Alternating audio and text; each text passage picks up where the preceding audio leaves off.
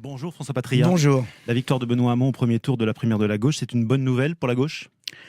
D'abord, analysons un peu cette primaire d'hier. Cette primaire avait été faite pour François Hollande.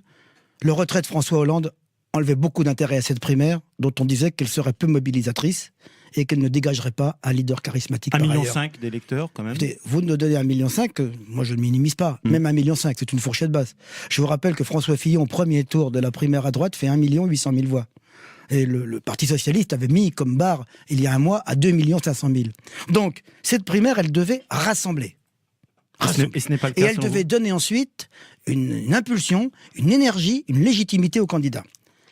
Quand on voit que le résultat n'est pas encore acquis, et je pense que quoi qu'il arrive, il sera serré.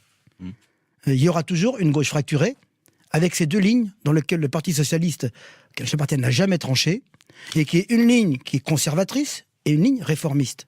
Et je m'aperçois, avec un peu de peine, malgré tout, qu'une fois de plus, c'est la gauche utopiste, la gauche qui ne souhaite pas gouverner, qui va encore l'emporter une nouvelle fois. Oui, mais au second tour, il y a cette gauche donc, que vous dites réformatrice et une gauche un peu plus conservatrice qui vont se retrouver dimanche prochain. Mes idées vont plus du côté aujourd'hui de Manuel Valls, bien entendu.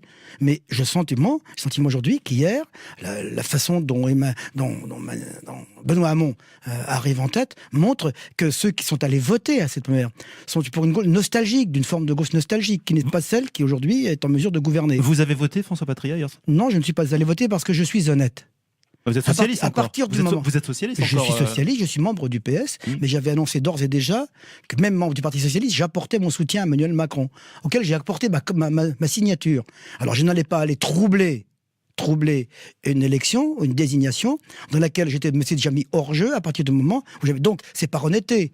J'aurais pu, par tactique, aller voter pour dire, tiens, tel ou tel candidat préfère. Mais, vous savez, la ligne d'Emmanuel Macron est claire.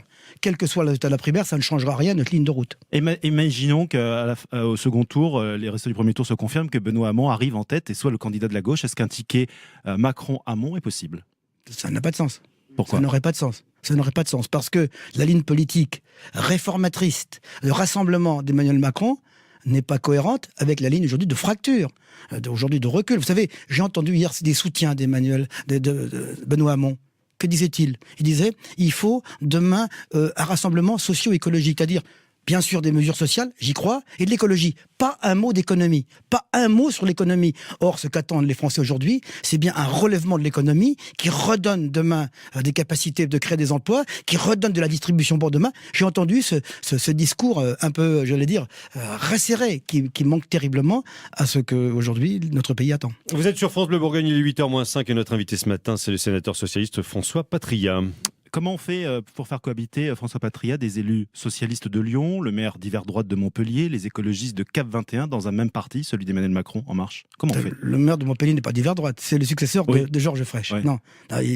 Quand Sorel nous rejoint... Alors, il n'est pas de gauche. Ah si, c'est comme si, le maire de Montpellier de gauche. Mais qu'importe, là. Moi, je travaille au comité politique avec Emmanuel Macron chaque semaine. C'est sûr que j'y travaille avec Jean Arthuis. J'y travaille avec mon successeur qui était au ministère du Commerce et Artisanat après moi. Ce sont des gens avec qui nous partageons pas les mêmes valeurs d'origine, mais le même besoin de transformer ce pays, de changer son mode de fonctionnement, de faire en sorte que les partis ne soient plus dans l'entre-soi et ne produisent plus d'idées aujourd'hui, mais au contraire que nous ayons un mouvement. Rassembler les progressistes, c'était l'idée de Mendès France. C'était l'idée de Mendès France. Et Mendès France déjà rassemblait des gens au-delà de son camp. Et moi qui me retrouve dans cette gauche, qui me suis toujours retrouvé dans cette gauche. Vous savez, j'ai été mendésiste, j'ai été rocardien, j'ai soutenu Lionel Jospin, j'ai soutenu Dominique Strauss-Kahn. Vous savez, donc ça a toujours été... Et je m'aperçois aujourd'hui qu'une fois de plus, c'est la ligne conservatrice qui va l'emporter dans ce parti. Et quand je disais, comme Manuel Valls, il y a quelques mois, ces gauches sont irréconciliables, elles sont irréconciliables, donc il ne sortira pas demain quelqu'un qui pourra rassembler. Vous savez qui a dit Emmanuel Macron va sortir un jour de l'ambiguïté, sa grande famille l'accueillera comme l'enfant prodigue. Vous savez qui a dit ça ? Non. Un des candidats de la gauche d'hier. Ben, je crois que plutôt c'est Emmanuel Macron qui va aujourd'hui accueillir beaucoup de gens. C'est Vincent Payon qui a fait ces déclarations. Écoutez, c'est une belle formule. Ça vous inspire quoi ? Vincent a du talent, mais je pense que c'est plutôt l'inverse aujourd'hui. Je ne dis pas que Emmanuel Macron est le vainqueur de la primaire d'hier.